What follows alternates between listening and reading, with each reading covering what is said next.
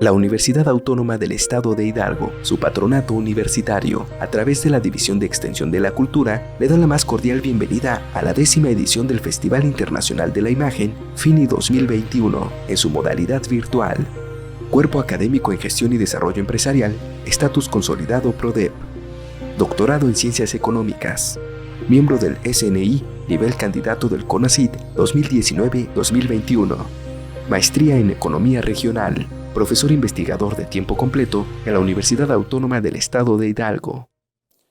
Escasez del agua en las zonas metropolitanas. ¿Mito o realidad? La colonización española inició en el siglo XVII. La disponibilidad de agua limitaba muchas opciones. Dentro de estas opciones que se daban era básicamente el trasladar las personas de un lugar a otro. Los viajeros atribuían la falta de agua a los retrasos, tanto en las llegadas como en aquellas otras actividades que tenían que realizar en un determinado periodo de tiempo. El agua para el consumo humano era un recurso que podían traer las personas consigo, pero el agua para los diferentes usos, como era para alimentar caballos y mulas básicamente, tenían que encontrar a lo largo del camino, lo cual dificultaba en algunos casos el tiempo y el poder alimentar a los animales. En algunos casos, el sistema de riego estaba diseñado para llevar agua, pero no cubría las necesidades de los agricultores, lo cual, como podemos darnos cuenta, se generaron diferentes acueductos, diques, lo que permitían, cubrir este tipo de necesidad. El riego llegó a dominar la práctica agrícola en la mayoría de los casos y de las regiones gracias a la construcción que realizaron los agricultores para poder tener agua en abundancia. Pero al mismo tiempo, los animales que fueron introducidos por los españoles generaron un aumento en la demanda del agua, lo cual fue disminuyendo el recurso que en algún momento se encontraba en abundancia. El agua, entonces, podemos decir que contribuyó a un cambio en la estructura y en los valores que tuvo un impacto directo básicamente en 3 actividades. Una de ellas, como lo habíamos mencionado, es la agricultura. También en la minería, y no vamos a dejar mentir en lo que se refiere al estado de Hidalgo, que fue uno de los principales centros mineros durante esta época. El comercio también, otra de las actividades que tenía una demanda considerable de agua. Para poder entender lo que mostramos como antecedentes, es necesario remitirnos un poquito a la parte teórica. Los antecedentes y los diferentes enfoques teóricos permiten dar cuenta de la situación que guarda este líquido tan importante que cubre las necesidades no solo de una población, sino de los seres vivos. La preocupación de los clásicos por ahí en 1776 nos dice que los rendimientos decrecientes de la tierra en un estado estacionario se asocian directamente al agotamiento de los recursos naturales. Cabe destacar que actualmente por eso encontramos regiones, zonas metropolitanas, ciudades, pueblos, incluso donde este recurso es un lujo para la mayoría de las personas. Actualmente el enfoque neoclásico menciona y dice, al hacer el comparativo, que es un recurso ilimitado y que puede ser sustituido gracias al progreso tecnológico. Viene la reflexión y sobre todo los consumidores, que son la figura central en la cual ellos ven cada día una disminución tanto en la abundancia como en la presión de tan valioso líquido. Por eso decimos que esta visión básica de los gustos y preferencias es la fuerza dominante actualmente. Por lo que podemos decir que entonces en este enfoque se ocupa de estudiar esas relaciones entre necesidades humanas y recursos naturales, lo que a su vez nos menciona y nos dice este enfoque la situación que guarda en términos tecnológicos y de recursos naturales. Dentro de este mismo enfoque surge PIGU con su objetivo de asignar de manera eficiente los recursos y sobre todo que van enfocados a una sociedad. Esta sociedad debe tener un bienestar social y se menciona que para poder generar un estado de bienestar para una sociedad debe de tener en abundancia tanto alimentos como, en este caso, nos referimos a un líquido importante llamado agua. Hay diferentes concepciones desde este enfoque y por ahí también tenemos que el líquido que en su momento pensamos que existe en abundancia, nos vamos a dar cuenta que hay en abundancia, pero no todo este líquido lo pueden consumir los seres vivos. Es decir, que el agua que necesitan los seres vivos es agua dulce. Y entonces el problema del costo social se va complicando cada día más.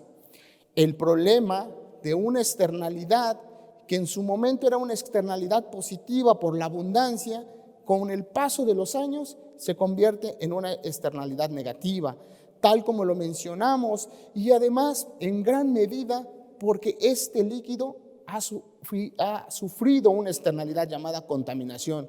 Y esta externalidad es bidireccional y no unidireccional, como dice PIGU, según Ronald Coase. Entonces, aquí lo que tenemos que ver es ese enfoque teórico visto, ¿sí?, como un óptimo. En este caso, para asignar un óptimo de Pareto, como llamamos en la ciencia económica, debemos de tener en cuenta que el modelo base de Pareto es a través de una caja.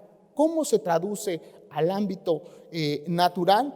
Bueno, pues básicamente es una fuente de recursos naturales. En este proceso es un recurso que a la vez también ha sufrido un proceso y que en este proceso el costo que implica el pagar, ¿sí?, el líquido no es el costo porque es un recurso natural, sino es el costo que implica en términos de infraestructura para que en el lugar que nosotros requerimos el recurso se pueda disponer. Lo mismo sucede entonces, si este recurso se usa de manera correcta, entonces el medio ambiente no tendría por qué sufrir un problema. Aquí es cuando viene la necesidad, si es necesario, que por este recurso se tenga que pagar un impuesto para que las personas generen conciencia y sobre todo esa responsabilidad del uso eficiente y eficaz. Surgen diferentes enfoques conforme pasan los años. En algunos casos hay unos que se enfocan directamente a los recursos naturales.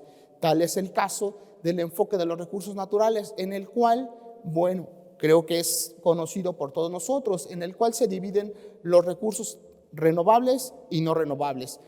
Por recursos renovables es lo que nos han venido enseñando desde que uno ingresa a la educación básica, ¿no?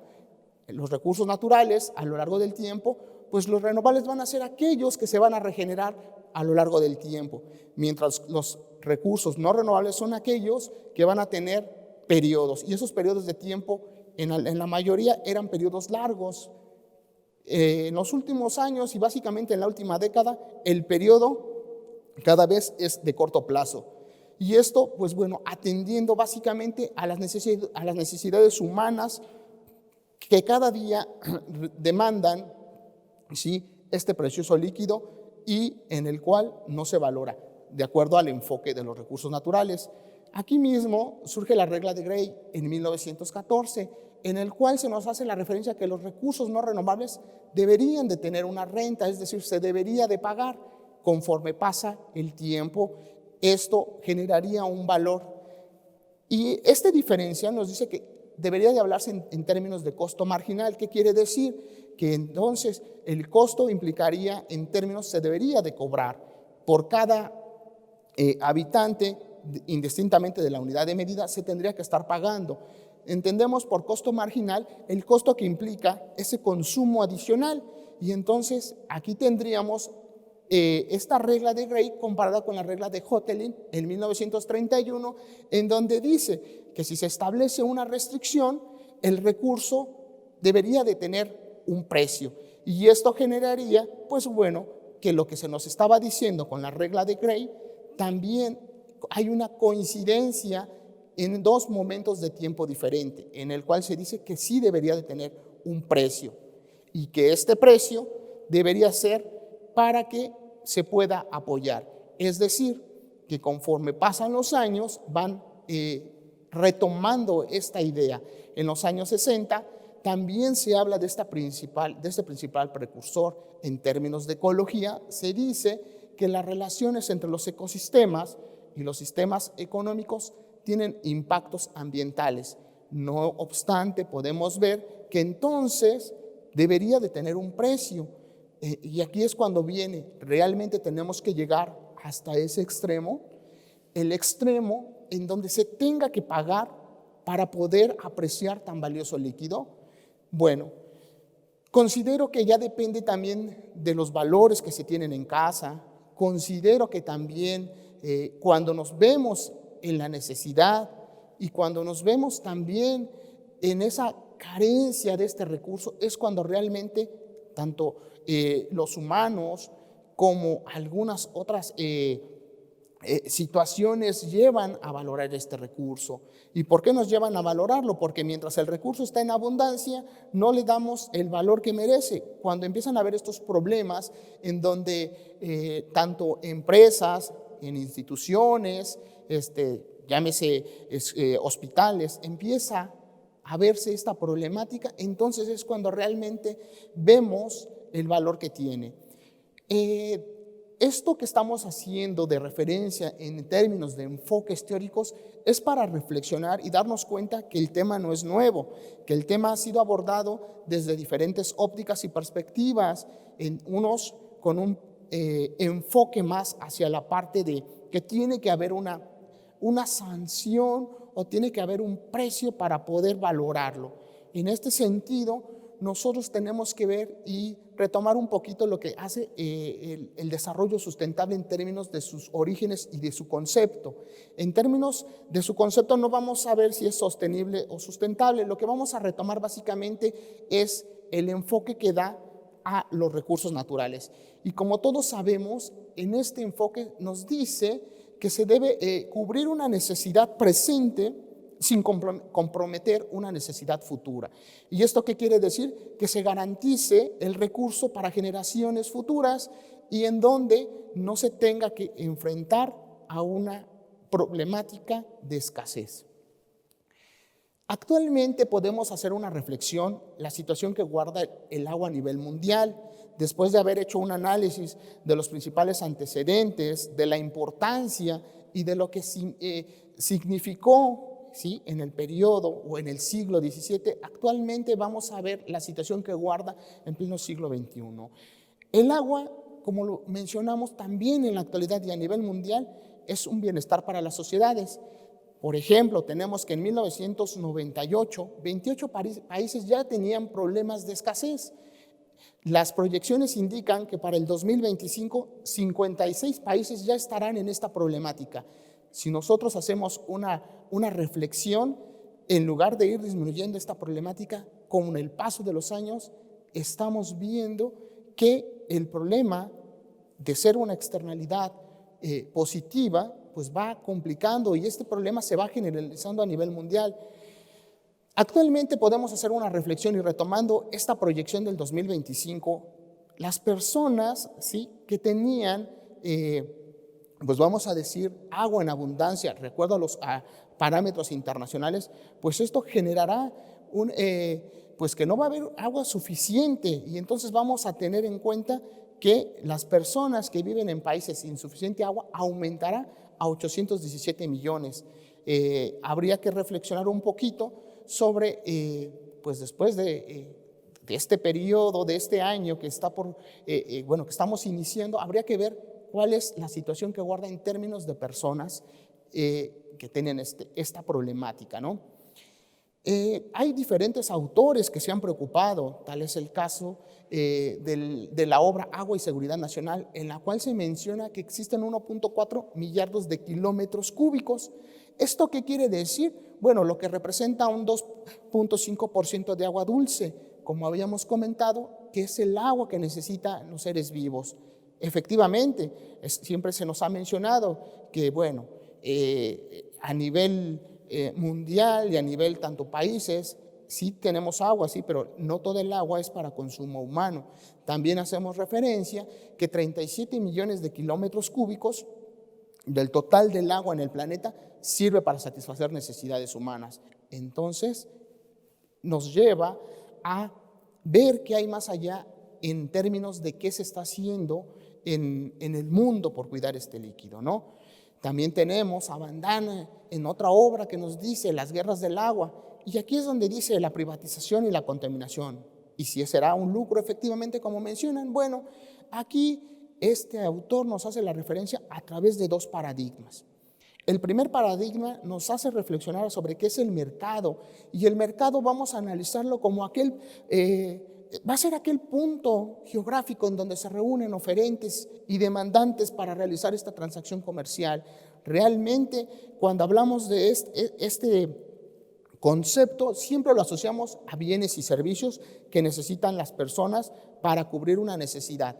Y esta necesidad, bueno, recordemos, ¿sí?, que el principal problema de los seres vivos es la supervivencia, ¿no? Y entonces, si es la supervivencia, pues necesitamos cubrirla, ¿no? Esta problemática que va a surgir. Y entonces, en este paradigma de mercado, la escasez del agua es el resultado de no comercializarla, de acuerdo a este autor, y nos dice que si el agua se pudiera vender, entonces los mercados internacionales podrían distribuirla a aquellas regiones que presentan esta problemática. ¿Qué quiere decir en esta reflexión? Pues nos dice nuevamente, si analizamos esta obra y analizábamos los dos momentos de tiempo de Hotelin, donde también él decía que se debería cobrar para que realmente se valore, y también analizamos, ¿sí?, lo que se nos ha venido diciendo, entonces podemos ver que lamentablemente sería triste llegar a que se pudiera ponerle un precio a un líquido, ¿no?, que cubre una necesidad básica. Dentro de esta obra, el autor maneja otro paradigma, y aquí está enfocado a lo que tendría que ver con el desarrollo sustentable, el paradigma ecológico. Los supuestos de mercado nos dicen que son agentes y, bueno, y que además son necesarios, y que además son ajenos a los recursos naturales, sobre todo en lo que se refiere al ciclo del agua. Se nos menciona que, bueno, la lluvia, la nieve, permite reabastecer los ríos y sobre todo los mantos que, bueno, de alguna manera son los que van a dar este insumo en el cual los seres vivos pueden pues cubrir sus necesidades. Entonces, no tenemos que esperar a los datos duros que nos arrojan los organismos internacionales, en donde pues las proyecciones nos dicen que va a haber un momento en donde las personas solo una vez a la semana, en términos de días, puedan tener este líquido, y que además solo va a ser por un periodo de tiempo corto. Entonces, aún así, todavía estamos a tiempo. Y esto, pues bueno, a nivel ya nacional y en términos del país, pues todos sabemos que el agua es de vital para el desarrollo tanto de la civilización mexicana, sobre todo también en los centros urbanos. Básicamente, nosotros podemos hacer reflexión en lo que se refiere a las civilizaciones en México. Los asentamientos se dan, pues, donde había agua, y llámese ríos, lagos o costas, porque de alguna manera ellos garantizaban esa sobrevivencia. Y entonces, si nosotros hacemos referencia y reflexión, entonces, actualmente, ¿qué es lo que está pasando, no? ¿Se le está dando ese valor? ¿Ya no se le da ese valor? ¿O qué tenemos? Es necesario también hacer la reflexión. Esa reflexión en la cual efectivamente la industrialización es importante porque de alguna manera reactiva las economías regionales, pero también debemos de tener cuidado si efectivamente la planeación que se ha venido haciendo, que se está haciendo, es la correcta. Y hablamos en términos también, en términos demográficos, ¿no? Conforme pasan los meses, los años, vamos viendo que son más las zonas y las regiones que empiezan a presentar el problema de escasez. En México, además del proceso de industrialización y del crecimiento en términos de la población, pues vamos a ver que las actividades económicas, pues bueno, están generando un aumento efectivamente en la demanda. Y entonces tenemos que, mientras en promedio teníamos 469.199.000 kilómetros cúbicos, esto quiere decir que en términos de cómo estamos de abundancia del recurso, pues estamos en una disponibilidad media, pero si no se cuida, vamos a ver lo que puede pasar. Entre los años 2000 y 2005, la disponibilidad per cápita, es decir, en términos de consumo por individuo, se redujo. Y esto quiere decir, pues bueno, ahí teníamos una reducción del 5%. En términos, una persona tenía 4.841, ¿sí? Metros cúbicos, ¿sí? Que era su demanda habitante al año, y ahora actualmente podemos ver que pasó a 4.573. Quiere decir que va disminuyendo. Un dato que nos preocupa y nos alarma, vamos a ver que, pues bueno, en la zona norte, dadas sus características, el mercado que se tiene con Estados Unidos, el tipo de industria, que son los estados, vamos a decir que aportan una mayor cantidad al Producto Interno Bruto, pues ellos tienen, ¿sí?, una media natural de 32%. Quiere decir que están dentro del parámetro. Y además, hablamos que esta región aporta el 77% del Producto Interno Bruto. Mientras que tenemos los estados del sur, ¿sí? En los estados del sur, ahí tenemos un 68%, también está dentro del promedio de la media a nivel internacional. Su aportación al Producto Interno Bruto pues es del 15%. En este caso, esta región concentra el 23%, pero aquí viene la reflexión. Esta reflexión nos dice que de 11.000 metros cúbicos que disfrutaba durante este periodo de tiempo de agua, los habitantes, las personas, ahora cuentan con 4.446. Vemos una reducción notable, considerable, pues bueno, en promedio casi la mitad, hay una reducción casi la mitad en términos per cápita. De acuerdo a los parámetros internacionales es como se presentan estos datos. Estos datos, de acuerdo a las proyecciones para el 2030, pues ya no vamos a estar dentro de la media que nos dicen los organismos internacionales. Nos dice que todo esto va a cambiar y ahora vamos a estar dentro de un nivel bajo, y esto quiere decir que ahora en términos per cápita, las personas van a tener 113 metros cúbicos. Quiere decir que va a haber una externalidad en la cual, pues bueno, una externalidad negativa que debemos de buscar cómo vamos a poder subsanar este problema, porque quiere decir que las necesidades básicas se van a ver afectadas ante esta disminución, en la cual, pues bueno, es una disminución no solo para el ser humano, sino para los diferentes tipos de animales, para los seres vivos, también llamados plantas. Entonces, en este problema es un problema que si nosotros vemos, pues para llegar al 2030 no faltan muchos años, y entonces quiere decir que estamos hablando en promedio pues de 10 años y ya no va a haber este líquido de no cuidarse, ya no vamos a tener este líquido de manera abundante. El problema, conforme pasa el tiempo, no se trata de buscar culpables. Sabemos que la industrialización demanda, ¿sí?, mayores cantidades de agua. Algunos sectores, algunas industrias ya han generado sus propias plantas de tratamiento de agua, han generado diversas políticas para poder atender y contribuir a esa renovación del medio ambiente. Todavía tenemos zonas o regiones donde concentran ese tipo de industrias y en donde además, pues bueno, son considerados como agentes importantes, sobre todo por la aportación al Producto Interno Bruto, primero estatal y luego nacional. Tal es el caso de la Ciudad de México, Puebla, Guadalajara, Toluca y Monterrey. Aquí lo que tenemos que reflexionar es qué se está haciendo, y entender por una zona metropolitana quiere decir el número de habitantes que concentra. En estas localidades se concentran entre 2.500 o más, pero hay algunas que concentran 50.000 habitantes. Esto quiere decir que si concentran este número de habitantes y el tipo de industria que tienen, la demanda va aumentando considerablemente. Y esto nos va a llevar a pensar qué se está haciendo o qué podemos hacer. La Comisión del Agua ha trabajado sobre 3 ejes. Uno es el bienestar social. ¿Qué se entiende por bienestar social o qué queremos decir cuando hacemos o retomamos sus 3 aspectos, es decir, que las personas cubran y cubran sus necesidades básicas, ¿no? Generen esa satisfacción pues con este líquido para sus necesidades básicas. Vuelvo a repetir en ese sentido, es decir, estamos enfocados a la sociedad y a las personas. Pero también no estamos peleados en decir que el agua también contribuye al desarrollo económico, y además es importante porque llega inversión extranjera directa, se reactiva la economía local, pero también debemos de pensar que el agua se preserva, es decir, también debemos de hacer esa reflexión en si estamos haciendo lo correcto en términos de cuidar este líquido. Podemos llegar a algunas conclusiones sin que sea un cuestionamiento ni buscar un culpable, ¿no? Se dice que cuando existe el problema se trata de generar alternativas de política que ayuden o que vayan contribuyendo a disminuir esta problemática.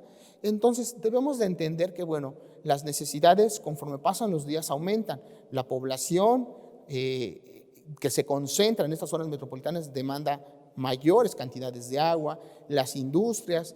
Entonces, si nosotros hacemos esa reflexión a lo que nos marcaban, que era la minería, los sectores minería, comercio y la agricultura, ahora podemos ver que se suma un sector más, ¿no? Un sector más en el cual también demanda. Y entonces esto que genera un desequilibrio.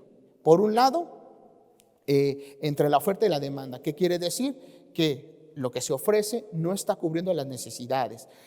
Hay que entender un poquito en esta reflexión. La oferta sería todos los bienes y servicios que el productor está dispuesto a llevar al mercado. En este sentido sería el líquido llevarlo a quienes lo demandan.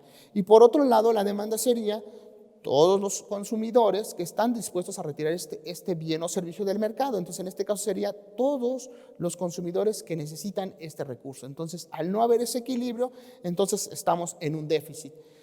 ¿Qué debemos hacer? Bueno, por ahí ya algunas empresas, gobierno, incluso hasta las mismas instituciones públicas ya están trabajando, algunas ya cuentan con sus plantas de tratamiento, y sobre todo trabajar en este tipo de proyectos permite que, bueno, se genere ese abastecimiento y que se cubra pues una necesidad importante.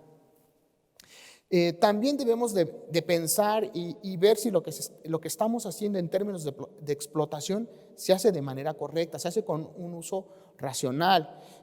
Actualmente, pues bueno, no obstante podemos ver los problemas de una sobreexplotación, como pueden ser los hundimientos o en época de lluvia, pues bueno, las inundaciones que se dan tanto a pues, habitaciones y a otro tipo de dependencias. Pues en los últimos años esto cobra importancia y nos lleva a esa reflexión si se está haciendo una explotación correcta de este líquido.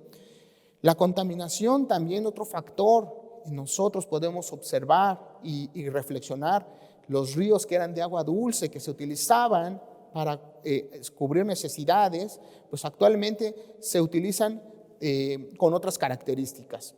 Y pues todo esto nos va a llevar a una escasez de agua en estas regiones. ¿Qué debemos también pensar y reflexionar? ¿A qué se debe? Si realmente es la industrialización o también es el aumento o la concentración en ciertas regiones de la población lo que ha generado esta escasez. Realmente hasta ahorita podemos ver que hay diferentes externalidades que han generado que este problema en la última década pues cobra importancia, y cobra importancia en el sentido de que pues podemos observar que el líquido ya no llega con la misma presión, ya no llega con las mismas o en la misma cantidad. Es un problema y desde mi punto de vista considero que es un problema que no debemos pasar por alto. La teoría económica, nosotros hacíamos la reflexión sobre la teoría económica y en donde nos decía que este recurso podía sustituirse y con algunos aspectos tecnológicos. No todos los bienes tienen un sustituto perfecto, hay que recordar, y entonces al no tener un sustituto perfecto, entonces debemos de reflexionar si este bien efectivamente está dentro de esa característica, como nos decía la teoría. Nosotros pensamos que todos los bienes y servicios se pueden sustituir de manera indistinta, y habrá algunos que sí pueden sustituirse, pero no quiere decir que sean sustitutos perfectos el bien por el cual vamos a hacer ese intercambio. Podemos decir que actualmente, de acuerdo a la revisión, y siempre es importante hacer la referencia a la teoría que estamos, o a las teorías que tocan este tema, el enfoque actualmente podemos o no coincidir, pero está enfocado un poco a la parte tecnológica. Cabe destacar que la tecnología juega un papel importante. Actualmente lo estamos viviendo. La manera en la que podemos comunicarnos, pues ahora ya no es de manera...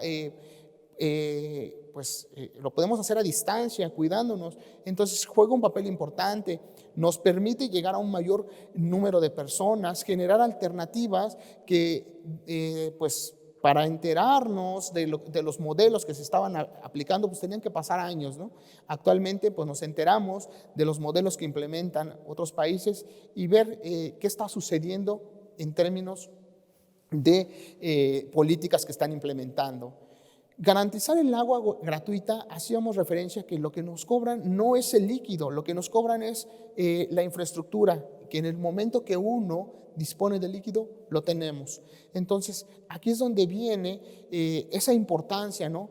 Hay instituciones en las cuales pues, se tiene que comprar el líquido. Hay regiones en donde lo compran porque el líquido no está en abundancia. Y entonces yo considero que se debe garantizar el agua, sobre todo a unos sectores públicos, como son escuelas, hospitales, centros comunitarios y sobre todo asociaciones civiles sin fines de lucro. ¿Por qué? Pues porque hay dentro de estos servicios que se ofrecen, pues hay algunos que tienen que comprar el líquido y entonces de acuerdo a las características, pues bueno, en promedio un tambo de agua, pagar 80 pesos en unas regiones en donde además la temporalidad en la que se puede reabastecer el líquido, pues es hasta de 15 días, ¿no? Entonces, eso es complicado y si hablamos, como lo mencionamos aquí, de algunos hospitales o de algunas escuelas, pues comprar por pipa para cubrir esas necesidades en donde efectivamente, como ahorita que es un problema de pandemia, en donde se requiere el líquido para estar de manera constante en el aseo, pues comprar una pipa cuánto cuesta y además lo que implica en términos de recursos que se tienen que destinar para comprar este líquido. Es un tema interesante y que afecta, si nosotros analizamos, no solo al ser humano como tal, sino es una reacción que viene, pues bueno, trayendo consigo, porque también esta problemática, si se asocia también a cubrir necesidades alimentarias, lo que va a generar es que después, en lugar de tener problemas de escasez de agua, después va a venir también ese problema de escasez en los alimentos, porque como habíamos mencionado, los agricultores necesitan del agua, el sector ganadero necesita del agua y entonces si no hay alimentos, entonces ahora también vamos a tener un problema de escasez de alimentos. Los datos que nosotros estamos mostrando, y digo nosotros porque esto se deriva de un proyecto de investigación, pues bueno, nos lleva a esas reflexiones, ¿sí? A esas reflexiones en donde debemos de cuidar. Y debemos de cuidar en términos no solo, como mencionábamos, en el desarrollo sustentable, sino, pues bueno, las generaciones que vienen se van a enfrentar a una problemática todavía más severa. Y entonces, si nosotros no hacemos nada en el presente por cuidar, entonces, ¿qué es lo que estamos dejando? Y no solo, hacer reflexión al número de personas, al tipo de autos. Por ahí no podemos dejar de mencionar, ¿no? Los clásicos ejemplos que nos dan de cómo se lava el vehículo actualmente, del agua que utilizamos para el aseo personal, ¿no? Entonces sí ha habido un cambio, sí hay un cambio en términos de uso más racional. Actualmente nosotros podemos ver que ahora ya todo es en términos de presión, lo que garantiza, pues bueno, que se vaya dando una disminución, que se dé una disminución en términos de uso para cubrir necesidades básicas.